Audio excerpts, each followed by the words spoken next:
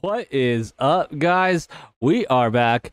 It's your boy Effie with Any Action Sportscast here to go over UFC Vegas 78. Vicente Luque versus Rafael Dos Anjos, man. This main event is going to be a banger, and you already have 2 units bet on that main event. It's our only bet of the night so far, and we got to get right, guys. We're coming off 2 losing weeks in a row, looking to avoid a 3-week losing streak, and I feel confident that we're going to do that this week.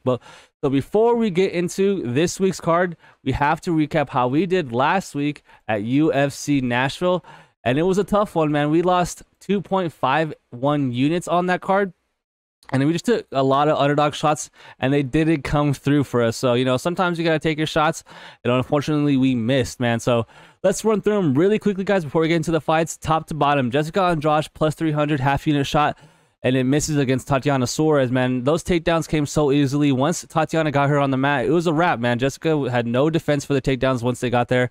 And Tatiana's a beast, man. Straight up, the Mexican Khabib, or female Khabib, you could say.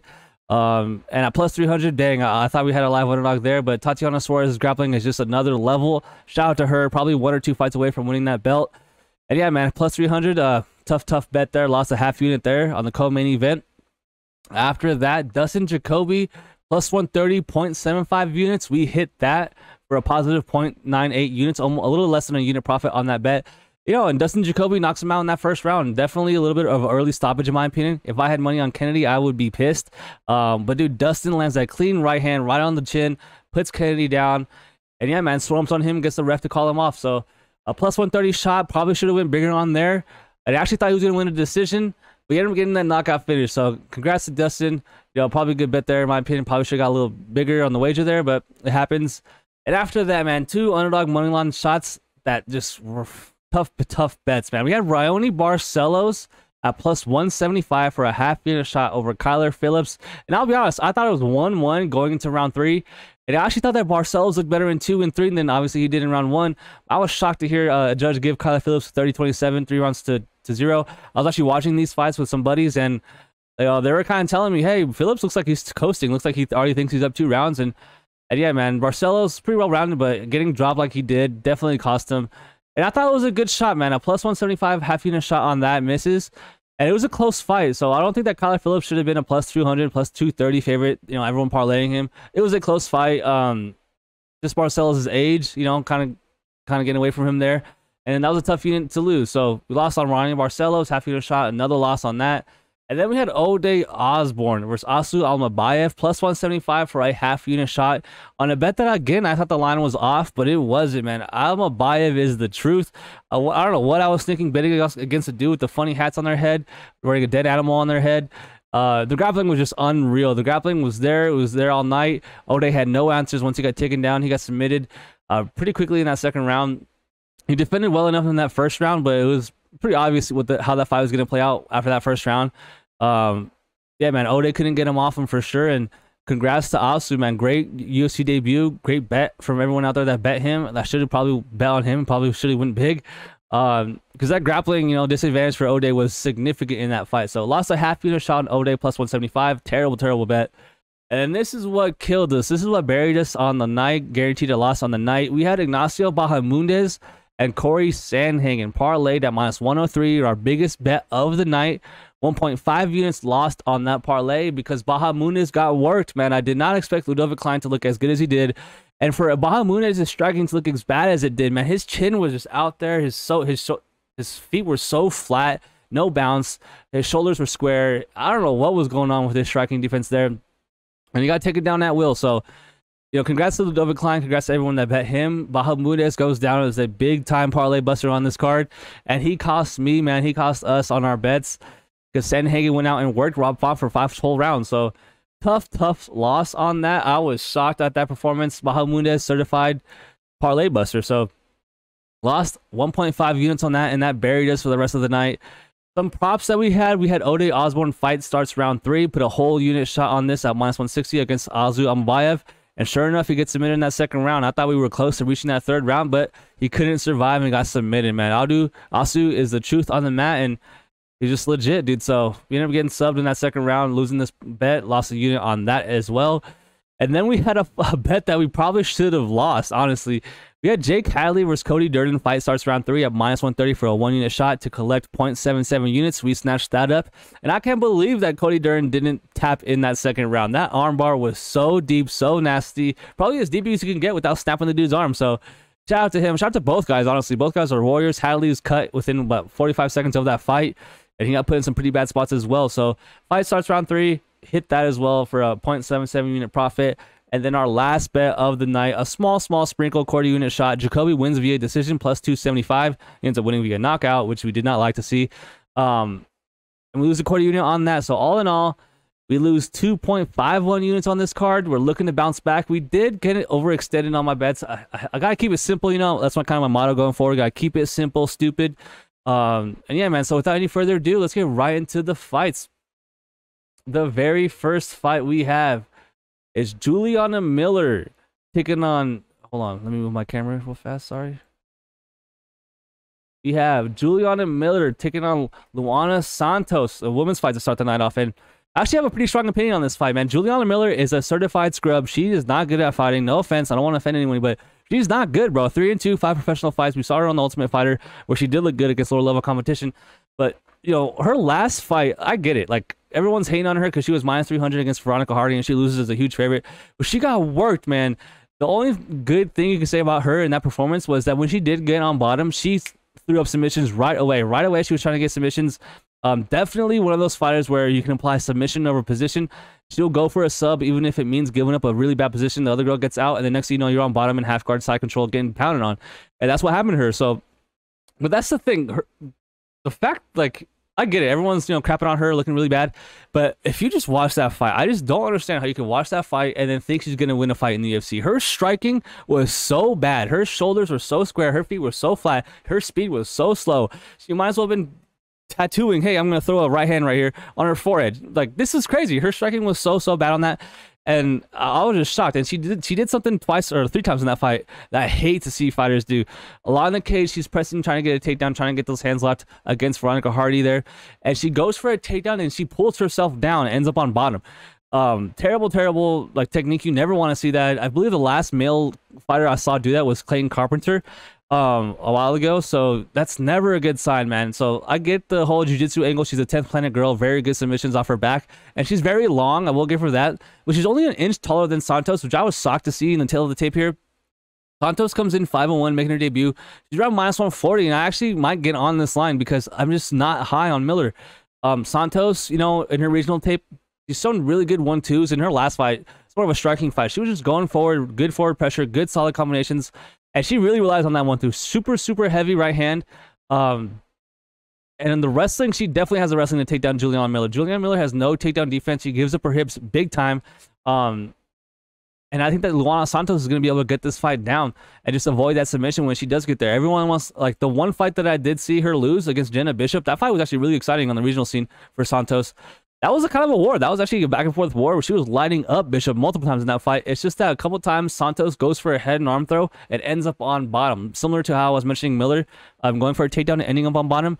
The same thing can be said about Santos in that one fight against Jenna Bishop. But other than that, in the fight against Souza and the fight against Rodriguez, she was working the wrestling, man. Her wrestling looked really good and her striking looks fine. So I do think that the striking advantage will go to Santos here. I understand she's making a debut, only 23 years old, 4 years younger here than Miller and smaller with the longer reach. But I'm going with Santos, man. Give me Santos moneyline here. I think that she wins the decision via a lot of control time and, you know, top position here over Miller, because I feel like if it's 50-50 on the feet, which I do expect Miller to look better on the feet because she looks so horrible her last fight, that he will initiate the grappling here, where Miller right away will go for the subs, probably not get it, and then get controlled for a decision loss. So give me Santos to win a decision in that very first fight. Up next, we have a short notice replacement fight. We have Damon Blackshear taking on Jose Johnson. Damon Blackshear was supposed to fight Brady Hindstand, and he got staffed or something crazy. So now they have Jose Johnson on short notice. I believe he only took this on about 4 or 5 days notice. So I'm actually kind of behind on my tape here. I didn't get much tape done on Jose. I definitely know Damon Blackshear, so I'm going to go with Damon. I know this guy more.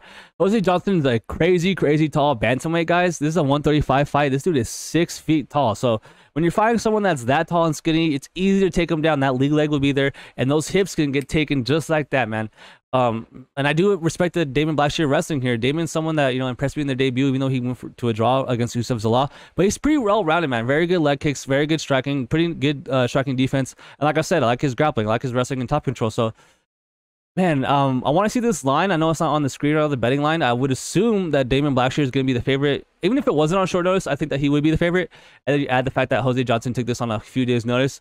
I expect Damon to be a 2-1 favorite here, or anything less, I'd probably bet him. So I bet a lot of people out there are probably parlaying Damon or betting him. So it's stuff I gotta stay away. I'm not gonna bet it. Kind of a sketchy short notice fight, but I do think that Damon Blackshear should win a decision here or get a submission finish after Jose Johnson gasses out after 1 round. So I do like the striking from Jose. I've seen him one time on Contender Series where he missed weight. I'm kind of shocked that he got signed. But yeah, he's pretty decent. Not bad at all fighter. Like I said, though, I do think that he's going to give up his hips. Super tall, long fighter. If Damon can get this guy along the cage, I feel like that body lock takedown, those trips will be there. So give me David Jackson to win a decision with a lot of grappling. Up next, another women's MMA fight. We have Montserrat Ruiz versus Jaqueline Amorim. Ruiz comes in 10-2, plus 200, 30 years old, 5 foot tall, with a 61-inch reach. Another 10th planet girl. We have Jaqueline Amorim, the jiu-jitsu ace, on the other side. 6-1, sitting as a minus 240 favorite, 28 years old, 5'3", with a 67.5-inch reach. So right away, you can tell 3 inches taller, 7.5 inches of reach for Amorim going her way on this fight. But it shouldn't really matter because this is going to be a fight between two grapplers. And just the size and length and reach should give Jaqueline some, you know, I guess safety. You know, I guess you could say on the feet, she should be a little bit safer, especially with that range.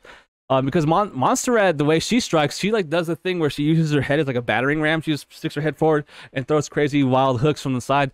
But she's a really good grappler, guys. She's a really good grappler. We saw that against Cheyenne Velismus where she head and arm throwed her 3 times and just got her stuck in a position and just mollywopped her, really. So she looked really good in that Velismus fight just 2 fights ago. And then gets sparked by someone that's not even close to her level, Amanda Lemos. So, I mean, Lemos is fighting for her belt soon. So, Ruiz, you know, I don't really fault her for getting knocked out like that in her last fight very quickly. Whereas Jaqueline, man, another fighter that let a lot of people down in her last fight, similar to Julianna Miller. So she lost to Sam Hughes in her last fight, in a fight that she should have won in that first round if Sam Hughes didn't cheat her ass off. She should have got that rear naked choke a few times. It was so crazy watching her like sink the choke in, looking at the ref, like saying, hey, like she's cheating, she's grabbing the glove here. And then it's funny because the ref doesn't really do shit, like, or he kind of points at her, and then Jaqueline kind of shakes her head like, you gotta be kidding me, whatever. And she goes on and gets almost 2 more submissions in that same round. But bro, her adrenaline dump, her cardio dump was so bad. That Sam Hughes fight might have been one of the top 3 worst adrenaline dumps, gas dumps, whatever you want to call it, I've ever seen. In that second round, she looked horrible. She looked dead. The very first exchange she has, she's like, okay, whatever, it pulls guard. Like, she looked horrible, man. I just can't get that out of my mind. Whereas Montserrat, I know, can go off 15 minutes and still be there and have output and have, you know, something behind her strikes in that, you know, 3rd round. But I don't know if she's even going to get there because she's more of a grappler, and that lends, you know, more so into the area where Amorim is a beast, man. Her jiu-jitsu is a world-class level. She's really good off her back. Very good transitions, very good back takes, quick to get the hooks in.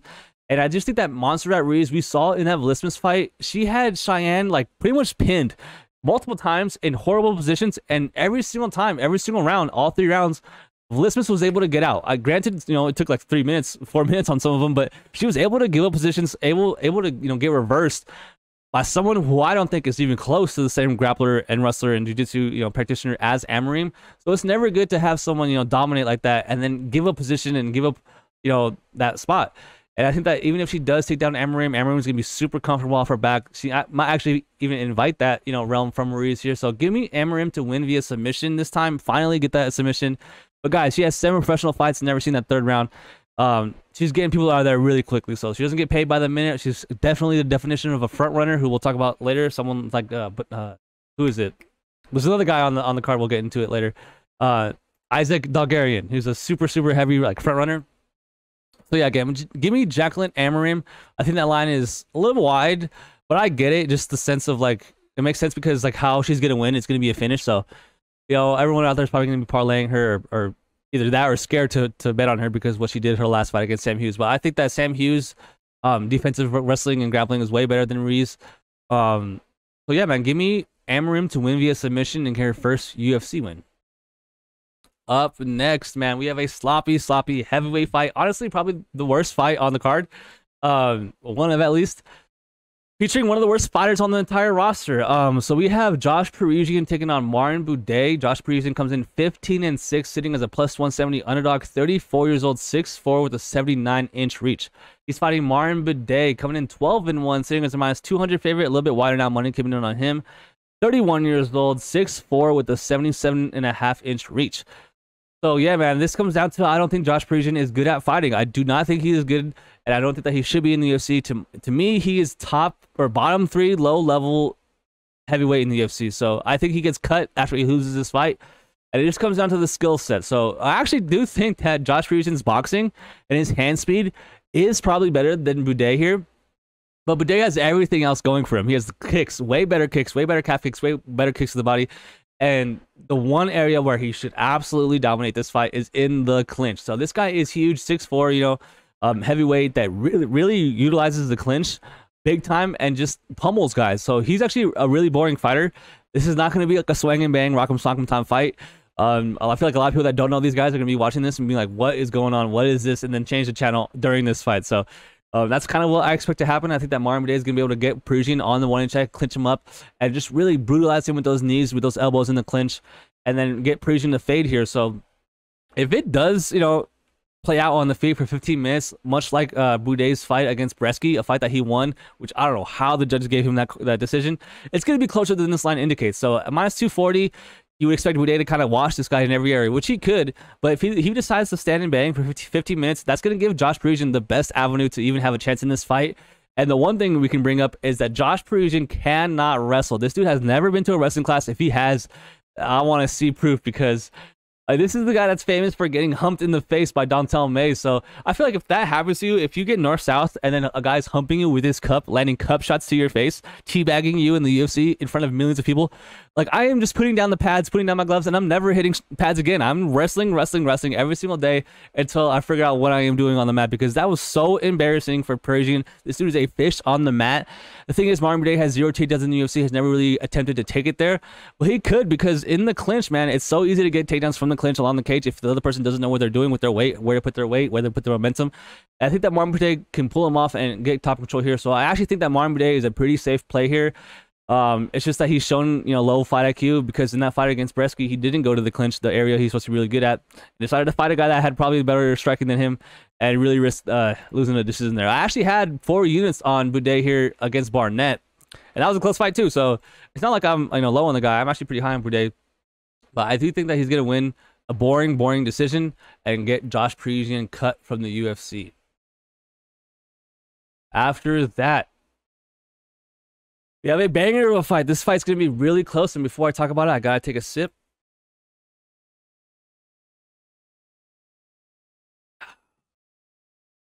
Blue Mountains, man.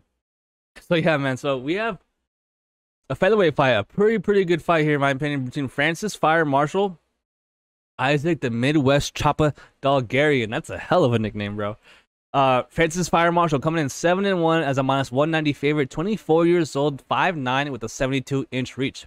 Now, Issac Dulgarian, the Midwest Chopper, comes in undefeated, 5-0, 27 years old, 5'7", with no reach listed. So the thing with Dulgarian, I kind of mentioned it earlier when I was talking about Amorim, is he's a front runner, and it sucks because you don't want to like really hold it against the guy, but because his, like, we'll click right here, like all of his fights, the way he fights, like, we haven't really seen much of his striking, because he's going out there and getting guys down and just landing brutal ground and pound. Look at this. Round 1, a minute. Round 2, 2 minutes. Round 1, 2 minutes. Round 1, another minute. Round 1, 35 seconds. Round 1, 2 minutes, 18 seconds. So you can watch this whole entire career in like 10 minutes. It's wild. But the thing with him is he's fighting cans for one, straight up off top. And the wrestling is really good. The wrestling and grappling is really good. The control is really good. And like I said, the ground and pound is really good. I don't know about that pace. I don't know if he can keep it up for 15 minutes, and that's why I am leaning Fire Marshall to win this fight. My pick will be Fire Marshall in this fight.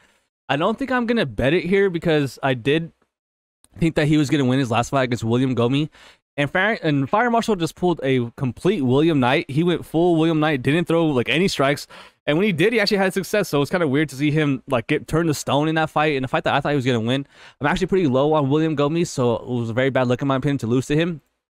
But that knockout win against Marcelo Rojo was very impressive, man. That hook was insane, very crisp, very clean. And that's the thing here. So I actually think that Fire Marshal will have the defensive grappling to keep this upright and sprawl here on Issac Dulgarian. Even if he does get control, I do expect him to get up and not get pounded out and finished here, mounted or anything like that. And then as the fight goes, I actually expect the Fire Marshal to look better as the fight goes in an area where we haven't seen Dulgarian. And like I said, it sucks to hold it against him. Like I'm sitting here thinking like, oh, he's probably gonna look bad, in round 2 and 3 because he's never been there. So, but who knows? Maybe he looks just as good as he does in round 1. But I actually doubt it. I think it's more likely that he looks worse, as the fight goes. Nothing against him though. Like I said, he's out here doing the dang thing, like treating guys how they're supposed to be treated. So I just think that Fire Marshal is overall more well-rounded as a fighter. I've seen more of him. And so that lends me to be more confident in him. So I am going to go with him. That line is a little bit wide. I would expect it to come down, money coming in on Dulgarian, but I haven't really checked the lines on this one. So I'm not betting this. Definitely not. Give me Francis Fire Marshal to win via late finish. I'm actually going to go with the second or third round knockout because Dulgarian's just so used to getting those fights over with. He's never really faced any adversity. So this will be a test for him. So give me Fire Marshal to win second or third round finish. I'm going to go via knockout. Speaking of knockouts, bro, we have a banger of a fight, another short notice replacement fight. We have Terrance T-Rex McKinney taking on Mike Money Breeden. Let's start with T-Rex. T-Rex on a 2-fight losing streak, 13-6, sitting as a -260 favorite, 28 years old, 5'10", with a 73.5-inch reach. He's fighting Mike Money Breeden. Breeden comes in 10-5, +210, 34 years old, 5'10", with a 70-inch reach. And I know, I get it, dude. Terrance McKinney, we all know like at this point what's up with him. 5 minutes of cardio, 5 minutes of gas. After that, you and I could probably beat him in a fight. This is crazy. I mean, I'm joking, but this dude just dumps. Like, this guy has nothing left after 5 minutes. It's the weirdest thing. I hate seeing fires like this. It sucks to watch. And it's not like he's not running his mouth. He's not doing cardio. Like, I'm sure he's trying. I'm sure, he's trying to get better at cardio. But it's just his adrenaline. I don't know what it is. He just throws everything to his strikes. Even the grappling, he gets tired of grappling because he's so fast and explosive within wrestling. So, classic Terrance McKinney fight. If this goes past one round, you should probably bet Mike Breeden live. We just saw that in his last fight. He was working Azim Sadikov for that whole first round. Gets finished in that second round. We saw him against Ismail Bonfim. In that fight, I feel like is more so of us realizing that Terrance McKinney doesn't have the best striking defense. He seems pretty stiff, especially with his footwork. He doesn't really seem to move laterally. He just goes forward, goes straight and back. Every time someone throws on him, he goes straight back. He wants to throw on you, he'll go straight forward. But he's powerful, man. He can crack. We all saw what he did to Frivola. And I actually think that if he didn't beat Frivola the way he did, we'd have a lot more to say about how bad McKinney is. But it's kind of strange that he's taking this on short notice. Mike Breeden was supposed to fight someone else. I forget who. And, so that person pulled out. McKinney comes in on short notice. And he just fought, a month ago? 2.5 weeks ago. So this will be his second weight cut in 3 weeks. Never good off a guy that I think is pretty chinny to begin with. That's a huge red flag right away. 2 weight cuts in 3 months. He's a pretty young guy, so I get it. It shouldn't affect him that much, but still, man, that's tough to back. It's just that Breeden is not very good, and he's 34 years old with no takedown defense and suspect striking defense, man. I think that McKinney can finish this guy, whether it be the striking or the wrestling here, because we saw Mike Breeden get taken down 9 times in his last fight against Anton Levy. He did take a long layoff. He hasn't fought over a year and 3 months now. But before that, this is the fight that I think that McKinney can see and watch and really realize that, oh, I can really get this guy here. Alexander Hernandez kind of bum rushed this guy, got him out of there quick. And I feel like McKinney and his team, his agent, his manager, wouldn't take this fight if they didn't think that they could absolutely dust Mike Breeden, which I think that will happen. I think that Breeden gets his walking papers here. And I love, betting. I'm not going to on McKinney, but I love betting and picking guys that are desperate for wins, like fighting for their jobs, and just really, really need wins badly. And I think that it's going to happen here with McKinney. A complete get-right fight, in my opinion. And yeah, so give me T-Rex to win via first round. I'm going to go knockout. I think he's going to knock him out. Wouldn't be surprised to see him go to the grappling, but I do think that he knocks him out. Get some tabs open right now. We got a few fights left. Okay, so up next, man. I got a lot to say about this one. So we have a bantamweight fight. Should be a good fight between Marcus, the Maniac McGhee, and JP, Please Don't Steal My Girl Buys. We have Marcus McGhee coming in 7-1 as a massive -400 favorite. Absolutely wild. 33 years old, 5'8", with a 69-inch reach. JP Buys comes in 9-5, riding a 3-fight losing streak, +300. 27 years old, 5'5", with a 67-inch reach. crazy to me that McGhee can win one UFC fight on short notice and then come in as a minus 400 favorite in his next fight. That is wild. So right away, I disagree with that line. I think that he should be the favorite. I think he should be a minus 250 favorite. At minus 400, that's crazy. I'm not going to bet that. I'm not parlaying that. Absolutely no way. Because the way JP buys fights, I mean, it's not bad. I usually do lean like towards his style of fighter, guys that can really control guys with good wrestling, good top control, good jiu-jitsu. Because if you have that advantage over your opponent, it's really hard to nullify that. Like, if you can't grapple, man, you're getting stuck on your back. You're gonna lose. So McKee, I'm not saying he can't grapple, but he's been submitted one time, and that one time he looked very, very like suspect on the mat. I should to say. But the thing with this fight is that JP Buys' striking defense is very, very bad. And his chin is also very, very bad. In 3 UFC fights, he's been dropped 8 or 9 times, I believe. He got dropped about like 7,000 times against Montel Jackson.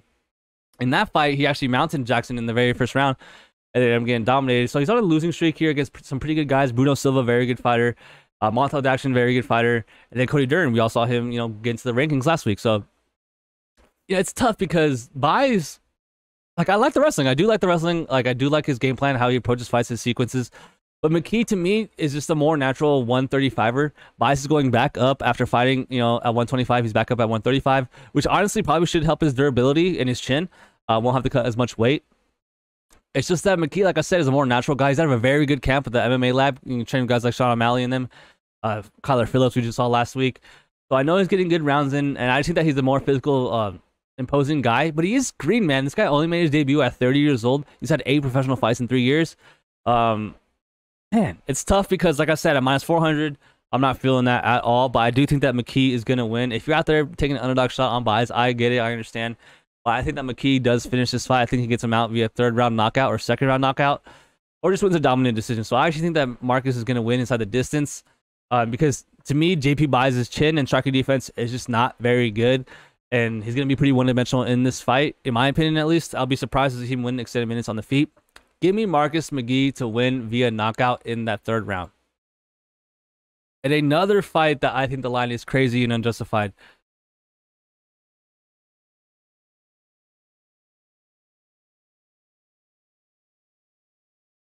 We have Josh Fremd in the middleweight division taking on Jamie Pickett. Josh Fremd comes in 10-4, sitting as a minus 310 favorite. Absolutely wild. 29 years old, 6'4", with a 76.5-inch reach. He's fighting Jamie Pickett, the Nightwolf, 13-9 on a 3-fight losing streak. Still in the UFC somehow. 34 years old, 6'2", with the 80-inch reach. Now, I'll be honest, guys. When I saw this card, I was like, all right, let's get into this card. Boom, boom, boom. Who's on it? Who are we going to watch first? I was looking at the matchups. I was shocked. I was floored to see Jamie Pickett still in the UFC. I thought he got cut after that Bo Nickel fight. But apparently not. Apparently they're still giving him fights, which is crazy to me. Which is kind of, makes sense for that money line. But it's just Josh Fremd's skill set. Like, it's not minus 300 to me, at least. Jamie Pickett will be big in this fight. I understand he's going to be 2 inches shorter, which I actually was surprised to see, because I thought he'd be taller than Fremd just watching the tape. But I'm not surprised to see him have such a big reach advantage, 4.5 inches of reach over Fremd here, which I do think makes sense. He's a very tall, long fighter, can get taken down at will. No striking defense, but he has pretty good volume and good clinch work, you could say. Josh Fremd, clearly the better striker, very good boxing, very good power in his kicks, very good power in his strikes, decent leg kicks. But man, we actually bet on him against Tresean Gore, and he almost died. I'll be honest, he almost died in that fight. He got trapped in a guillotine, and Tresean kind of like helicoptered him. Like, it was low-key scary. I was like, yo, is he about to get his neck snapped? Ends up tapping Tresean, let's go. And so that's never good. You never want to bet on a guy that almost dies, like, in the octagon. So right away, I was like, oh, never bet on you again. Comes back and looks good in his fight against Cedricus Dumas, Lil Uzi Vert. He wins as the underdog in that fight. And he actually looked decent against Anthony Hernandez, the jiu-jitsu or wrestling ace. To me, Fremd is the better fighter, right? He's a better fighter overall, in pretty much in every area. It's just that Jamie Pickett will be, pretty long and awkward to deal with. And I do think that Pickett loses this fight. I don't think that he's UFC caliber at all, in my opinion. No offense, bro. He's almost 35 years old. He's going to be turning 35 here next month. So yeah, I think the fresh Josh Fremd gets him out of there via knockout. Minus 300, probably higher now. People are laying him. I am not touching that at all. Give me Josh Fremd via knockout at some point in this fight. I'm gonna go round 1. I do think that he catches me early, but I wouldn't be shocked to see Jamie Pickett clinch up, grab him, and cage wrestle here big time, and try to utilize that clinch and control time. I just think that he's gonna get cut after he loses this fight. So give me Josh Fremd to win via knockout. Up next is a banger of a fight. I'm very excited for this fight. In the middleweight division on the main card, we have Tafon and Nchukwi versus AJ Dobson. Tafon comes in 6-3, riding a 2-fight losing streak. Sitting as a minus 150 favorite, 28 years old, 6 foot with a 77.5-inch reach. He's fighting AJ Dobson, comes in, who's also not that experienced, 6'2", also on a 2-fight losing streak. Plus 120, 31 years old, 6'1", with a 76-inch reach. And I am going with Tafon and Nchukwi to win this fight. And nothing against AJ Dobson, man. I actually do like his skill set. I think that he's got a couple bad matchups in the UFC to start. You know, Malkoon's very good grappler. We all saw how good he is. And then Amorim Petrosian, a pretty well-rounded fighter, very good and dangerous striker. It's just that AJ Dobson, to me, is like not a specialist, you know, very good grappler, very good wrestling, not the best top control or jiu-jitsu, and decent enough output and power on his strikes, in my opinion, where I think Tafon will have a big-time volume advantage here. I think that he's going to be throwing way more. And in that small cage, I feel like he's going to be able to land that big shot a little easier here. We won't have his fighter going laterally as much, chasing him as much. You know, we did see him get finished in 2 fights in a row, which is a very bad look. Huge red flag. You know, got finished by Olberg, got finished by Azamat Murzakanov. But that Murzakanov fight, he was up 2 rounds, in my opinion, and he just kind of went forward when he shouldn't have. He could have coasted, which you never want to see fighters do, but he could have, and has not done anything. In my opinion, he would have won a decision 2 rounds to 1. And got caught by Murzakanov, who we now know, you know, can crack. We saw what he did to Dustin Jacoby, and that Olberg fight, you know, Olberg is just better. I'll pick Olberg against AJ Dobson as well. Olberg, very sophisticated striker, very dangerous, very powerful striker, and Tafon just got caught. You know, the chin issues do worry me. He's been finished 2 times in a row, been dropped 2 fights in a row. And he is sort of small for this division, you know, 6 foot. I know he's only an inch shorter than AJ Dobson in this fight, but when you watch him fight, he's more of a short, stocky, bulky guy. But it's funny watching him fight because you would think he's huge, he's thick, right? He's throwing a ton of power, but he actually throws a lot of volume. Per minute, he's throwing a lot more than a lot of these guys in this weight class. And it looks good on the judges. I think that if AJ Dobson can get behind on points, which I think will happen, I think that Tafon can win a decision here or get it finished late. I actually do lean more towards a decision here for Tafon because I think the optics are going to look good. I like his kicks. I think that he has better kicks to the calves than Dobson. I think that it's faster to the leg than Dobson. And I just like the striking and output from Tafon, man. I'm not losing hope on him. I know he's on a 2-fight losing streak where he got finished twice. And I know Dobson's fought some pretty high-level competitions in the UFC to go 0-2. But I'm going with Tafon, man. I think that he's going to get right here. Give me Tafon to win via decision. Have a few fights left. Let me open up these tabs. We got 4 fights left, guys. And up next is a women's MMA fight. We got one of the hottest fighters in the entire UFC, Polyana Viana, taking on Iasmin Lucindo.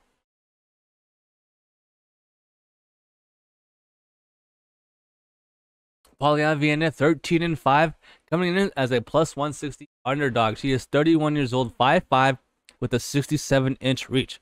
On the other side, we have Iasmin Lucindo, 14-5, sitting at a minus 190, 21 years old, 5'3", with a 66-inch reach. So right away, 10-year age gap in this fight.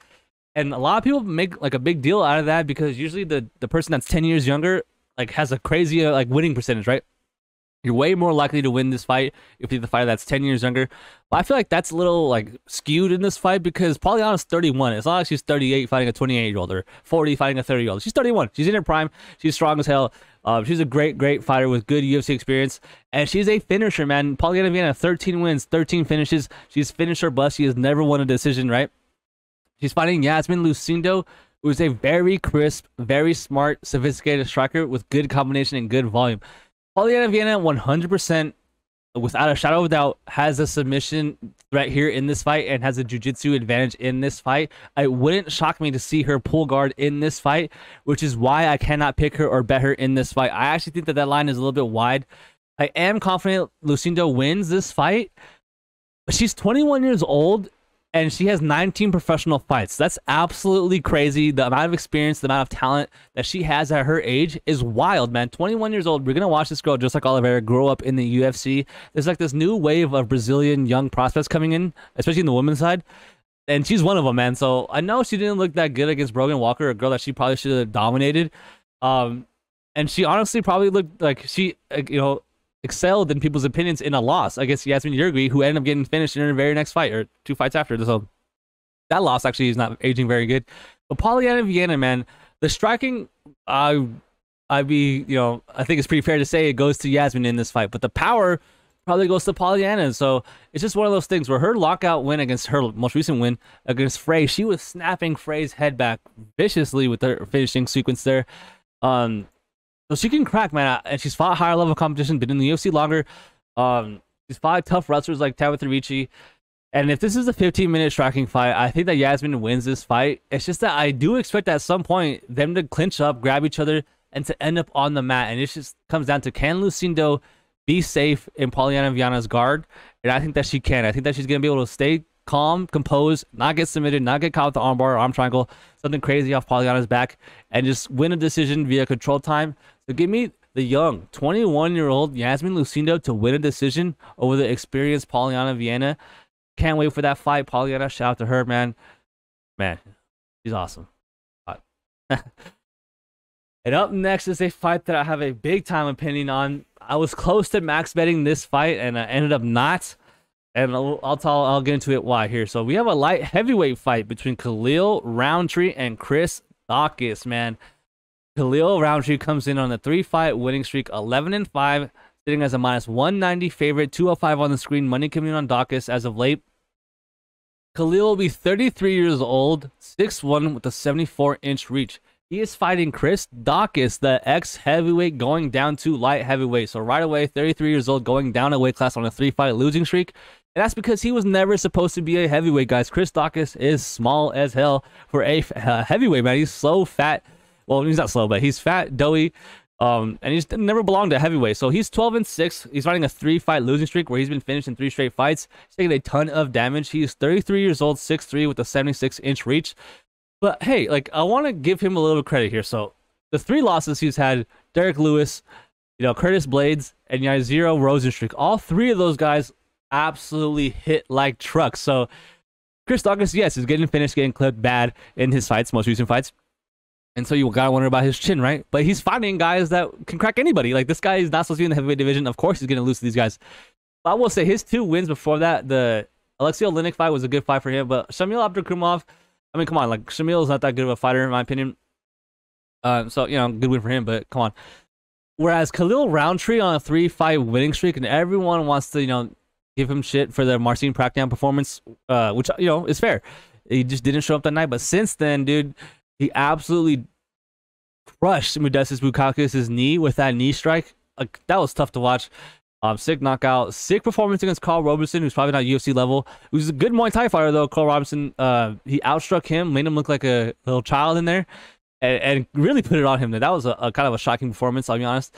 And then in his last fight, he probably should have lost. Khalil Rountree should honestly probably be coming off a loss to Dustin Jacoby. I don't know how he got the decision. I had money on Jacoby, so I am salty. But I am pretty biased to Khalil, man. My brother has known this dude for a long time, so I used to go to a lot of hardcore like metal shows, like concerts, and Khalil would be there, like throwing head kicks, right? And so, like, I knew of Khalil before I even knew he was a fighter. One day I was watching fights in the living room. My brother walks by. He's like, "What the hell is that, Khalil?" I was like, "Yeah, it's Khalil. He's fighting right now." He goes, "Bro, that's the guy at the concerts we always see throwing spinning head kicks." I was like, "Holy shit, that's the giant black dude. That's insane." So shout out to Khalil, man. Big fan. My brother and him are actually kind of like acquaintances and friends. But I think that he's gonna crush Chris Daukaus, man. I think that he's gonna knock him out in that first round. It's just that Chris Daukaus has pretty good hand speed. He had good hand speed at heavyweight, so I want to see how that's going to play out at light heavyweight. He can get away with a little more hand fighting here at the light heavyweight division without having worry to get absolutely blasted on the way back by heavier guys here. But just the kicks, the speed, and the physicality, even though Chris Daukaus is the bigger guy going down from heavyweight, I think goes to Khalil. I think that Khalil is surging here in the UFC. I don't expect Chris Daukaus to clinch up in this fight. If he does, I think that he will have some success. If he wrestles here, I think he have some big time success. So I see a fight where it could be 50-50, 50-50, and then boom, they clinch up for a long period of time, and the clinch position, you know, kind of going towards Chris Daukaus here. So I'm assuming that Khalil catches him here early in this fight, and you know, really tests that chin of Chris Daukaus. But at 33 years old, going down a weight class that you probably should have been at your whole career, I'm gonna have to go here with Khalil Rountree. So give me Khalil Rountree. I was really close to 5-unit max betting him at -200 here. But I'm not. I'm glad I stayed away because that line has come down. He's at -190 now. But I do think that he wins this fight via knockout in that very first round, if not second round. In our co-main event, guys, this is a banger of a fight. Super exciting fight. Do not miss this fight. Definitely try to get to a TV for this co-main event here.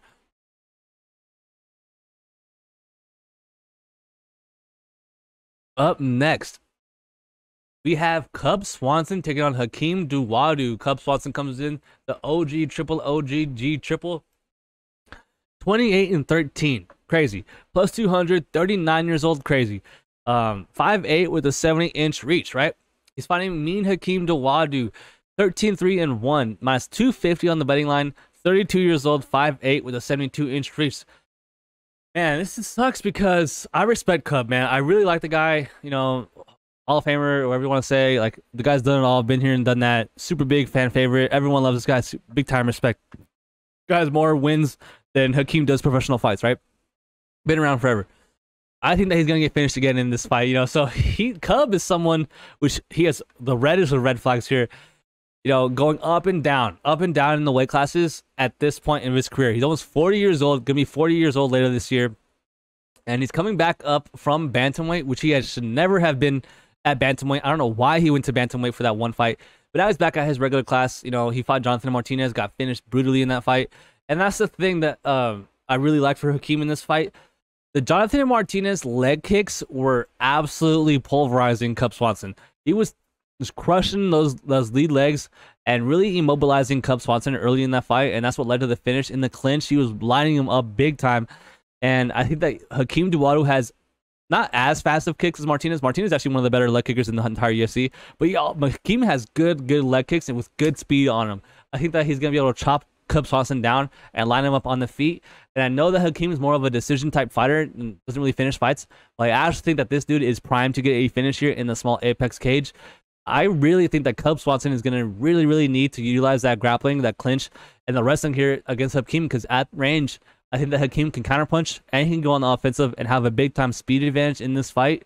I think Hakeem finishes this fight before the bell. I don't think that this goes the distance. I just don't know what round's going to come in. I would assume it would have to come early because late, I mean, they're probably just going to coast to a decision. So I'm going to go round 2, Hakeem knockout. And like I said, I think those leg kicks are going to play a big factor in this fight with it going Hakeem's way. So, I don't know, man. If they let Cub Swanson go in there and fight with shin pads on, I would like him way more in this fight. But there's just no way Hakeem can watch Cub's last fight and just not go right away to the leg kick. So, I think Hakeem's going to win this fight, you know, and make up for that Julian Erosa fight that he lost. A pretty big favorite. So, yeah, man. Give me Hakeem Dawodu to win via knockout in that second round. Now it's time for the main event, guys. Do me a favor if you haven't already. Leave me a comment. Leave me a like. Let me know what you think about my bets, man. Am I talking crazy? Am I like way out of line on some of these bets or some of these breakdowns? Let me know, man. I want to get some haters, man. I want to see someone, you know, clap back and tell me I don't know anything about MMA. I think it'll be funny. So help get the algorithm going, man. In the main event, though, we have a banger of a fight again, just like the co-main event. Get to a TV. You're not going to want to miss this one. A fight between two guys that are just true BMFs, dude. Bad motherfuckers in the cage here. We have Vicente, the silent assassin, Luque, 21-9, coming in as a plus 100 underdog. Pretty much even money. 31 years old, 5'11", with a 76-inch reach. He is taking on the favorite, Rafael Dos Anjos, another triple OG triple, 32-14. Sitting as a minus 120 favorite, 38 years old, 5'8", with a 70-inch reach. Now, my only bet for this card so far is 2 units on Vicente Luque at plus 100 even money. So, yeah, man, it just comes down to the big red flag. I mean, I can't talk about the fight. I can't even talk about these guys' skill sets without having to talk about Vicente Luque and the outside octagon stuff.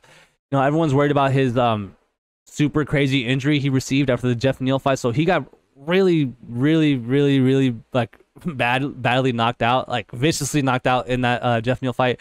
Jeff Neal put on years worth of damage on Vicente Luque in that fight and finished Vicente Luque for the first time in forever. Really, I think ever in his career. He's only been knocked out one time in his career, and it was against Jeff Neal. The thing is, he then suffered a brain hemorrhage, right? So he's bleeding from the brain, takes a year off. They clear him to fight. But I mean, you want to talk about red flags. There's missing weight, right? There's moving camps. There's getting your wife stolen like JP buys. And then there's brain damage. Like, there's really no other like redder flag than that. Like, that's crazy to me. That's super scary. Like, forget about fighting, just in general in life. Like, that is a scary thing to have happen to you. So yeah, I am kind of worried about that brain hemorrhage. But the thing is, skill set wise, I think he's gonna crush RDA here in this fight. Listen, I get it. RDA is a great fighter. Like, super well-rounded, been there, done that. A real BMF. He's fought the who's who. This guy's fought everybody. Like Usman, Covington, Habib, or not Habib. Habib. Like all these dudes, freaking Barberena last fight. Like, it's just with him, he's getting super old. Felder on short notice. Like Montserrat on short notice. Like Fiziev, this dude's a beast. Chiesa, like this dude's fought like the who's who of the UFC. Like he's been around forever, right? But he's getting old, man. He's gonna be 39 years old later this year. And if you look at his most recent fights, like who is he really beating? Like he beat Brian Barberena, who was on short notice. Brian Barberena like sucks. Like he stinks. And he cannot grapple, so he went in there. What did he do? He took him down and mollywopped him, as he should have. Like, that was nothing crazy. He was like a minus 400 favorite. So before that, he lost to Fiziev at lightweight at 155. So after that loss, gets finished, goes back up to 170.